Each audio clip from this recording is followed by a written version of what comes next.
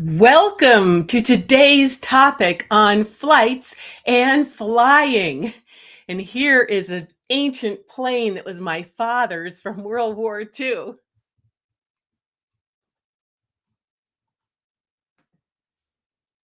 Let's make sure we're live on YouTube. Yes, we're live on Facebook.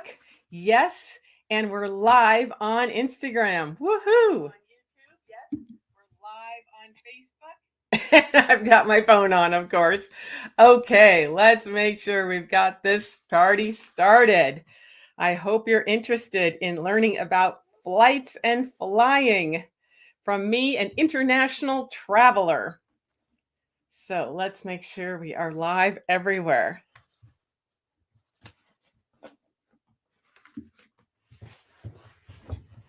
There we go. Okay. Welcome to today's video. Topic is flights and flying. And I'm an international traveler, and I would love to share some of my best tips on this topic. So, this is a topic that's really passionate for me because it holds a lot of emotional issues. In the past, I was terrified of flying, and I didn't really fly much until the last 15 years or so. In fact, I used to have to fly with a friend and have my hand held while we were taking off and landing. But ever since I've been solo traveling independently, I've learned a lot of tips and tricks for booking flights and for flying safely and comfortably. So that's what I'm going to chat with you about today. So, first, we're going to talk about some tips for booking flights, and then we're going to talk about tips for actually flying safely and comfortably. So the news tends to love to sensationalize all the issues with flying. You always see things on the news about unruly passengers and fights and lost luggage and doors flying off of planes. But for the number of flights that are happening every day around the world, that's very small percentage of flights that have any issues. And I've probably taken I don't know, over 100 flights. And I don't remember ever really having an issue with dealing with unruly passengers or lost luggage or dangerous conditions. So I just want to, alleviate those fears for you. Those fears are highly overrated. In fact, you're probably risk more danger in just driving to the grocery store today than you do flying on a plane. Okay, so I just wanted to tell you that first. Okay, so yeah, there's lots of pain points for people associated with flying, and so I'm going to share my best tips. So first, booking flights. Okay, so you want to start hopefully at least a few months ahead of time, thinking about where you're going to fly. And in other videos, I've talked about destinations and health and safety and those kind of things. So you're going to want to, research your destination and book that flight if you can a few months ahead of time. Now, I usually start off with looking at Google Flights just to give me an idea of the options for which airlines go to your destination and where they fly from. So I start there. Now there are very many places that you can book flights like Skyscanner, Expedia, Kayak, Orbitz, all these places, but I really always book directly with the airlines. So personally, I love Alaska Airlines. They're headquarters are in Seattle, not far north from me, and they just have excellent customer service. So they're one of the airlines I use, and I always book directly with them. And so if you've done some research beforehand on Google Flights, you'll have more of an idea of who flies where. But anyway, I like to book directly with the airlines because then it's just a lot easier if you have delays or issues or you need a refund or that kind of thing. Um, now, Speaking of what cities you're flying out of, make sure you're booking out of the right cities and going to the right cities. Now, you probably know where you're coming from. Like I'm coming from Redmond, that's airport code RDM, or Seattle, that's SEA. But you have to be really careful because if you're flying to, say, Costa Rica, and you're booking a flight to the capital city of San Jose, make sure you're actually booking a flight to San Jose, Costa Rica, and not San Jose, California. Same thing with Panama City. I'm heading there pretty soon. You want to go to Panama City, Panama, not Panama City, Florida. So make sure you're really checking those codes. They're 3-digit codes that refer to all the airports all over the world. Now, sometimes there are more than one major airport in a city. So also, consider which one you want to fly out of. Sometimes it's less expensive. There's more options for different airports. Okay. Now, when you're booking, you'll generally need your passport if you're going internationally. So make sure you have that already. And you'll also need your known traveler number if you've signed up for that program. Now, that is, I do recommend those kind of programs. Those are called trusted traveler programs. We have those in the States. And of course, most of my video trainings are from the United States perspective. So the US government has a trusted traveler program that you can sign up for. There's kind of different levels like global entry and TSA pre-check, which is what I have. But those have different costs associated with them. Some take longer to apply for, but they all have great benefits, especially shorter lines at the airport. So you feel really smart when you get to go around that big old long line that snakes around all those whatever they call those doodads that you go through, and you just go straight through security. So I really highly recommend those things like TSA pre-check. That's really not too expensive. So when you're booking your flight and purchasing it, consider purchasing it with a credit card that gives you points. So there's lots of those, and the points game can be really complicated, but you can earn points for or miles for flights and for hotels and all that. And it's a real game that some people are really good at. I don't really do it very much, but if you have certain credit cards, like I have the Alaska credit card, then that helps give me points for every dollar I spend on that credit card, especially if I use that credit card to book my flight. And then if you're signed up for traveler programs with individual airlines, those will also give you points. So for example, in a couple weeks, I'm flying to Los Angeles, and that flight is free through points. So yeah, there's a lot of those points programs with credit cards, and they can give you things like priority boarding and free luggage, checked luggage, and lounges, which I really love. Those are really worth it to get to stay or relax in a lounge at the airport. So again, when you're booking flights, sometimes there's going to be a lot of different options in terms of not only the starting and ending airport, but if there's some connections, certain airlines have certain hubs that they tend to connect through. And so they might route you that way, but you really want to look at all your options. So sometimes, there's 10 or 20 options for getting to point A to point B. So you kind of want to think about that if there's several stops, where they're stopping. So for example, when I fly to Central America, I'm coming from Oregon, and some flights might take you all the way over to DFW in Texas and then down. where I don't really prefer that, especially during hurricane season, because there's a lot of storms and bumpy rides in the Midwest. So I choose flights that go straight south from Seattle to LA and then down to Central America.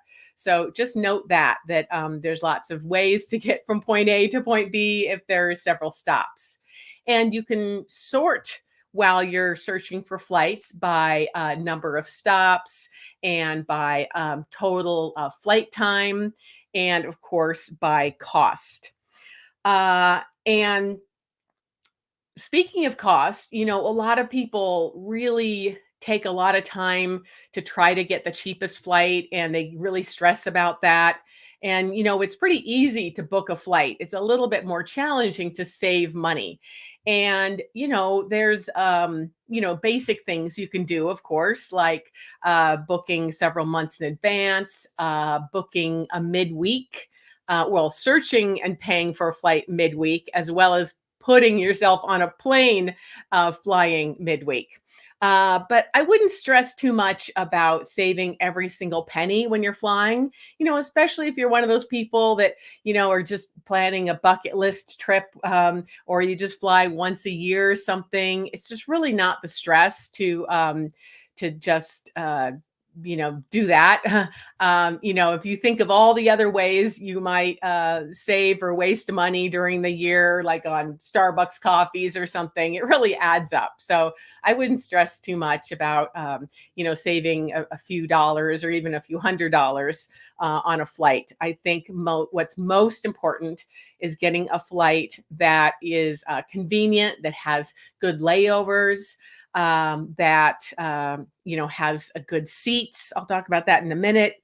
And doesn't take too long. So again, when you're searching for a flight and you can sort by flight time, they can be vastly different from having 2 or 3 stops and layovers of 6 to 10 hours, to having flights that are much shorter. So flight times from 24 hours to just 8 hours. So I would really prefer to have shorter flight times and fewer stops, because again, if you're trying to book a big trip, and especially if you haven't flown much, if you have some fear issues around flying, you should just make it as comfortable and convenient as possible. Okay. Another thing about layovers is make sure that they're not too short. Especially that can happen if you're taking 2 different airlines. Because generally, if you're just booking straight through with one airline and there's several stops, you're just going to be staying in that same part of the airport that's run by that airline, and you won't have to go to a gate that's too far away.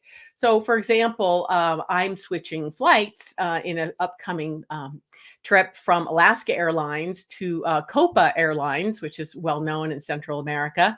And I'm going to have to go all the way across the airport. And I'm also going to have to pick up my luggage from Alaska and recheck, go through security again and recheck my luggage. So I'm going to have a much longer layover than normal. So again, think about that kind of thing. So I mentioned, being flexible about your dates. That can save you a lot of money. I almost always try to fly midweek, like Tuesday or Wednesday, and that avoids the business travelers as well as kind of the weekend warrior people, and it's going to be less crowded. And I also try to get something fairly early in the day. Although remember, you're going to want to get to the airport 2 to 3 hours ahead of time, depending if it's an international flight and how large that airport is. Our small airport here in Oregon really only needs about an hour, but if I'm going to be in a big airport, boarding, it's going to be maybe 3 hours for an international flight to get through security. So yeah, it's a little slower on Tuesdays and Wednesdays, and so I prefer flying then, and it's definitely cheaper. Now, often when you're booking a flight, you can there's a calendar you can look at that will show you the cheapest days to fly. So that'll give you a lot more options, take a lot more stress off. Now, sometimes some people say that when you're searching for flights, you should do it in incognito mode on your computer so that your computer doesn't remember that you've been searching for flights. Because supposedly, if you don't do that, your computer or the airlines can tell you've been searching for a flight and then they can raise the prices. But I can't prove that, and I don't know if it happens or not. When you're flying, consider flying without checked luggage. So just with carry-on. And that can be challenge for some people, especially if you haven't flown much and you have fear. You're going to want to, bring things as a security blanket, especially like too many clothes and too many shoes. And it's going to be a lot less stressful if you have fewer items that you're keeping track of in the airport, and you'll be less of a target for pickpockets and things if you're not carrying all kinds of things all over you and hauling all kinds of bags. So I really suggest you try to go with just carry on. And checking luggage also takes a lot more time when you're at the airport. So you can breeze through the lines if you don't have any luggage to check. Also, checked luggage costs a lot of money because they will not only weigh it, and if you're overweight, you'll have to get rid of some stuff or sort things. But also, you can be charged 10 to 20 to $50, depending on the airport, for each flight. So that really adds up. Now, choosing seats. So, when you book a flight, you can choose your seat, and I definitely recommend doing that. I have a lot of preferences about my seats. I prefer to sit towards the front of the plane, usually no farther back than aisle like 10.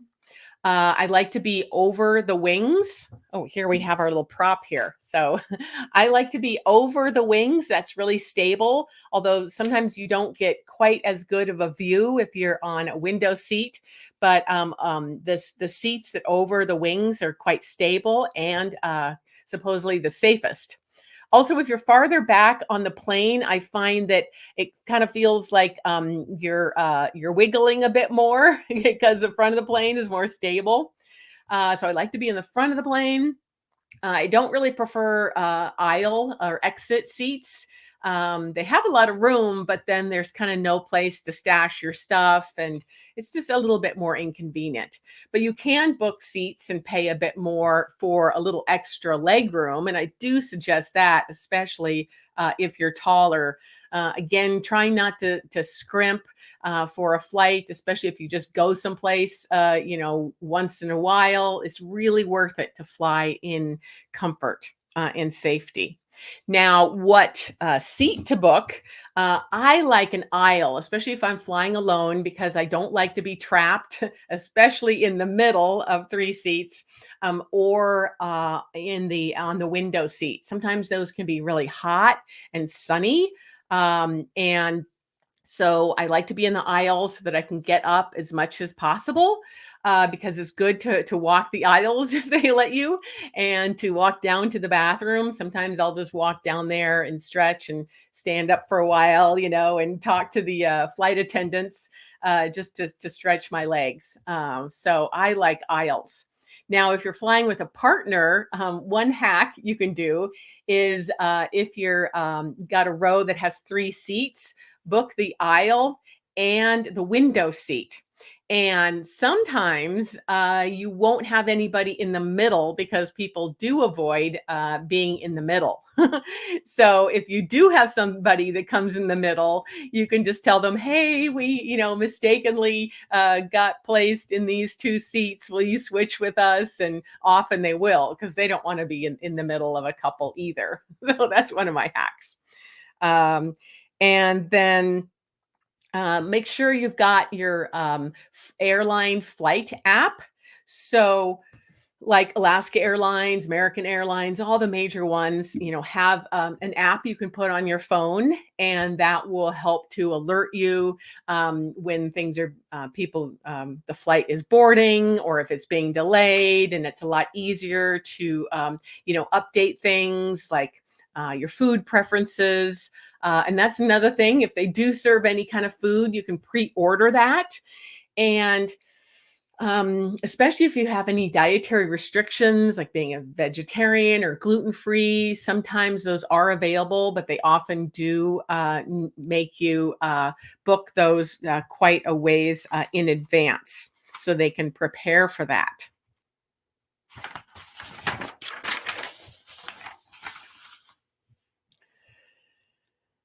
Okay, that was a lot. So now I want to talk about flying. We've booked our flights and we actually want to fly now in comfort and safety. So, a few days before your flight, I would start adjusting your schedule if there's a big time lag. So, like if you're in North America and you're going to Asia or Europe, there might be, 6 or 8 or 10 hours difference. And so I would adjust my schedule depending on what that time difference is, that time zone, so that you're kind of going to sleep and waking up a bit closer to your destination. You can't match it perfectly, of course, if it's someplace like, you know, Australia or Southeast Asia or Africa, but you can get a little closer. So that will help relieve jet lag. And make sure that you've done all of your packing and planning so that the night before your flight you're not stressing out, because again a lot of flights are quite early and you have to get to the airport 2 or 3 hours in advance, so you don't want to be going out of the house at literally 4 a.m. and still stressing that you're not quite ready. And in other units of my course, you'll see a lot more information about packing. So, make sure that you have done all that beforehand so you're really relaxed and you can get a good night's sleep, because it's already pretty challenging because you might be nervous, especially if you don't fly often, to be able to sleep well.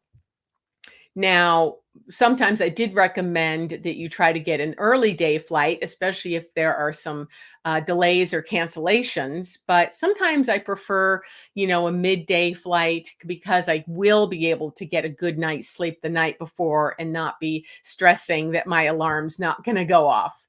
And then that will sometimes make you have an overnight or red eye flight.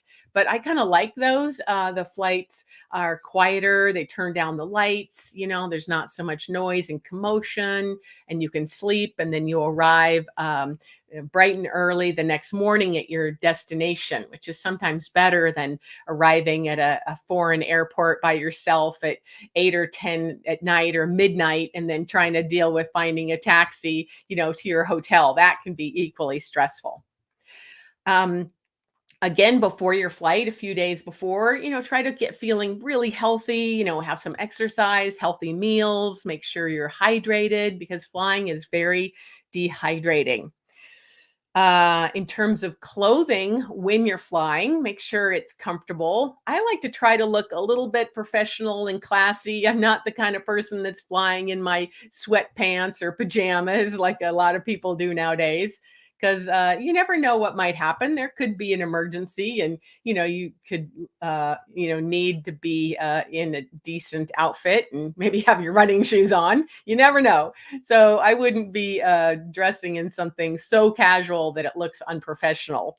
Um, Especially when you're going through security and if you're in a foreign country, you just want to feel confident and respected and respectful of the flights and the airports and the people that work there. So I like to have comfortable clothes and make sure you have layers, because even if you're going to a tropical hot country, it can be really cold in places like restaurants in, oh, I don't know, Bali, So you're always going to want to bring some layers no matter what the temperature is at your destination, and bring those onto the plane wearing them. And that will also save you room in your luggage, because if you are trying to have just carry on luggage, that saves a lot of room. So, I usually carry a puffer, down jacket I'm wearing, and maybe a nice scarf. and I'm going to wear those on my person when I get on the plane, and those aren't really counting as luggage. People can get away with a lot there. And so you can just wear that on the plane. And if you get too hot, you just stash it above you in the overhead. So planes can be very hot and they can get really cold. So I always carry a jacket and a scarf that I can double as something to rest my head on. And then shoes, of course. A lot of times you're going to have to take off your shoes through security. But if you're in one of those trusted traveler programs, you don't often have to do that. And so that's another good reason to be in those. But I always wear either clogs that I can easily take off, like these ones, or I wear sandals. But, I prefer having something closed shoes. Um, and I have a lot more information on that in the travel course in the clothing and wardrobe section. So when you're boarding your plane, make sure that you try to board early.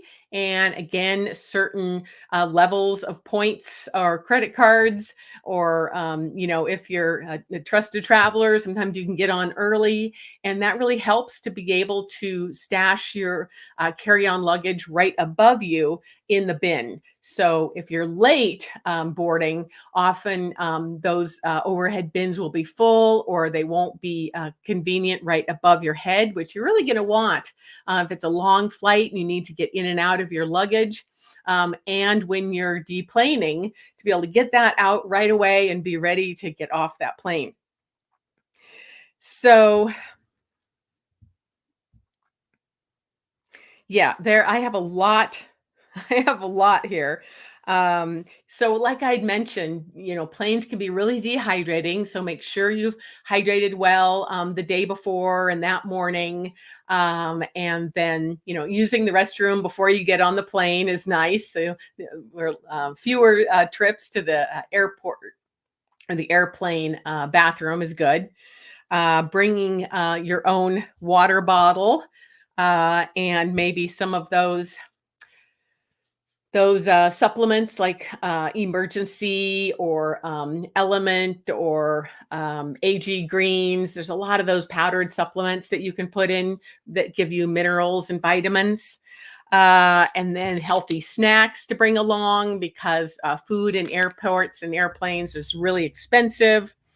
And then, there's lots of other things you can pack, like being able to cover your eyes. And of course, if you're worried about communicable diseases, having a guard here, a mouth guard. I have had several friends, even lately in 2024, get COVID when they were traveling, and it might have been because they weren't wearing their mask on the plane. So that's always a good thing to think about.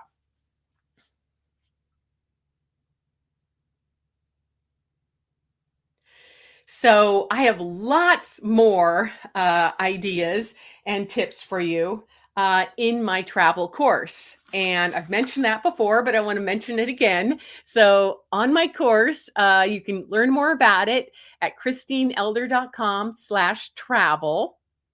And it's on sale right now at 30% off until the end of the month. That's May 2024, because I am spending a lot of time this month getting ready for my own trip and updating this course.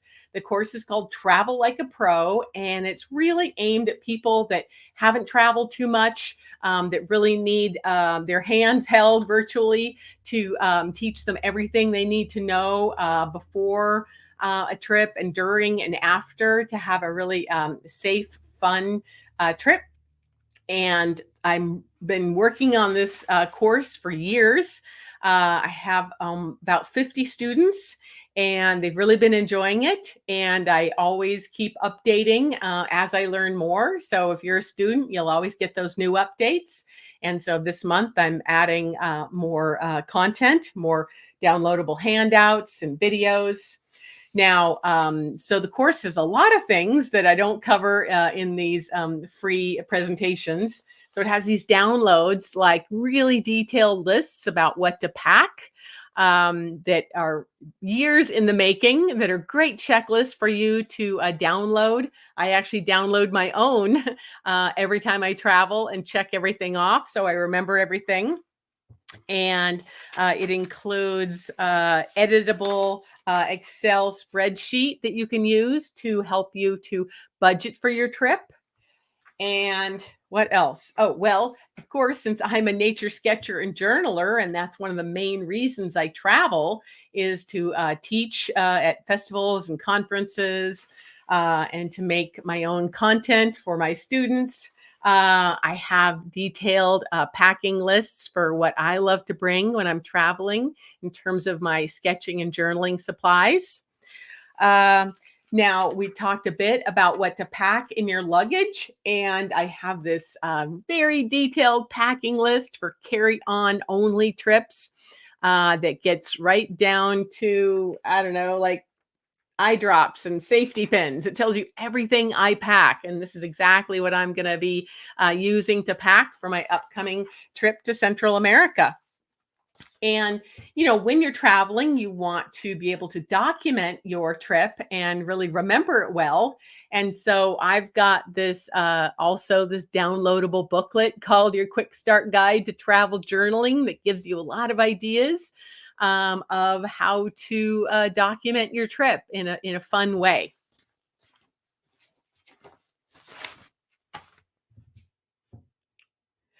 So thank you so much for joining me today for our presentation on flights and flying. I hope it was useful for you, and I hope to see you in a future video.